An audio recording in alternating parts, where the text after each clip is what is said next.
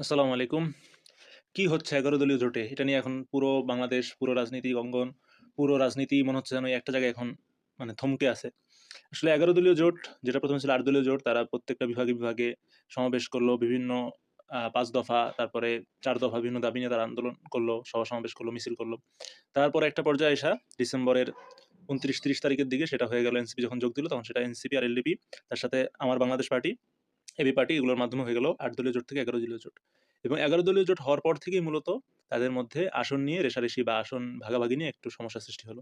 এবং আমরা সবাই যারা ১১ দলীয় জোটের সমর্থক, ভক্ত সমর্থক, শুভাকাঙ্ক্ষী আমরা যারা আছি, আমরা সবাই ভাবতেছিলাম যে খুব দ্রুতই হয়তোবা ইনশাআল্লাহ ভালো কোনো একটা সমাধান আসবে। কিন্তু আজকে জানুয়ারি মাসের যখন প্রায় অর্ধেক চলে যেতেছে, তখন আজকে আজকে পর্যন্ত গণমাধ্যমের রিপোর্ট অনুসারে বোঝা যাচ্ছে যে এখনো তাদের মাঝখানে কিছুটা সমস্যা আছে আসন সমঝোতা নিয়ে। এখানে মূল সমস্যাটা হয়ে যাইতেছে হচ্ছে চরমোনাই, অর্থাৎ বাংলাদেশ ইসলামী আন্দোলন যেটা আছে, ইসলামী আন্দোলন বাংলাদেশ, বাংলাদেশ খেলাফত মজলিস। এখন ওনাদেরকে যেই পরিমাণ আসনের ছাড় দেওয়া হইতেছে বাকি দলগুলো থেকে, ওনারা তার থেকে আরো বেশি চাইতেছে। বিভিন্ন সূত্র বলতেছে চরমোনাই ১০০ বা ১০০ র কাছাকাছি আসন চায়। মামুনুল হক সাহেব ওনাদের দলে হয়তোবা আরো কিছু আসন বাড়ায়, অথবা ওনাদেরকে ১৫ টা আসনের ছাড় দেওয়া হয়েছে, সেখান থেকে হয়তোবা ওনারা আরো কিছু আসন বাড়ায়া প্রায় ৫০ টার মতো আসন চাইতেছে।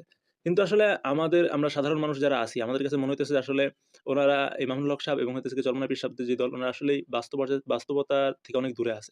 বাস্তবতা আসলে এইটাই যে আসলে এখন সারা বাংলাদেশে ধানের শীষ আর হইতেছে দাঁড়িপাল্লা। এই ২ টা মেরুকরণ হইছে।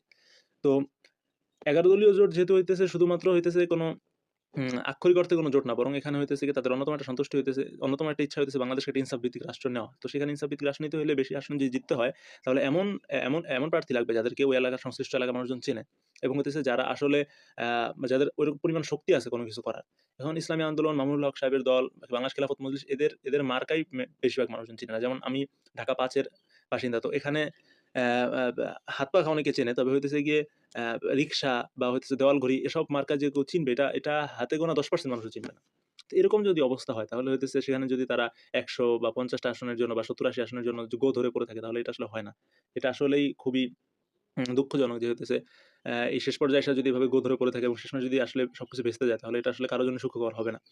উনারা যদি একা নির্বাচন করতে যায়, তাহলে তো হইতেছে গিয়ে পুরো মানে ভয়ংকর পরিমাণ লজ্জিত হবে। আর যদি বিএনপির সাথে যায়, তাহলে তো হইতেছে গিয়ে তখন আর এই দেশের সাধারণ মুসলিম জনতা আর চুপ থাকবে না। তারা সবাই আসলে দেখা শুরু করে দিবে আসলে কারা লোভের কারণে দল থেকে চলে গেল।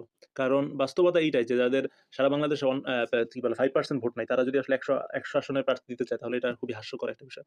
যাই হোক, আমরা এখন পর্যন্ত দোয়া করতে থাকি আজকে সন্ধ্যায় অ্যা একটা একটা ভালো কোনো আমরা আ সংবাদ সম্মেলনের মাধ্যমে হয়তোবা আরো বেশি ক্লিয়ার হয়ে যাবে। আমরা সেই দোয়া করি।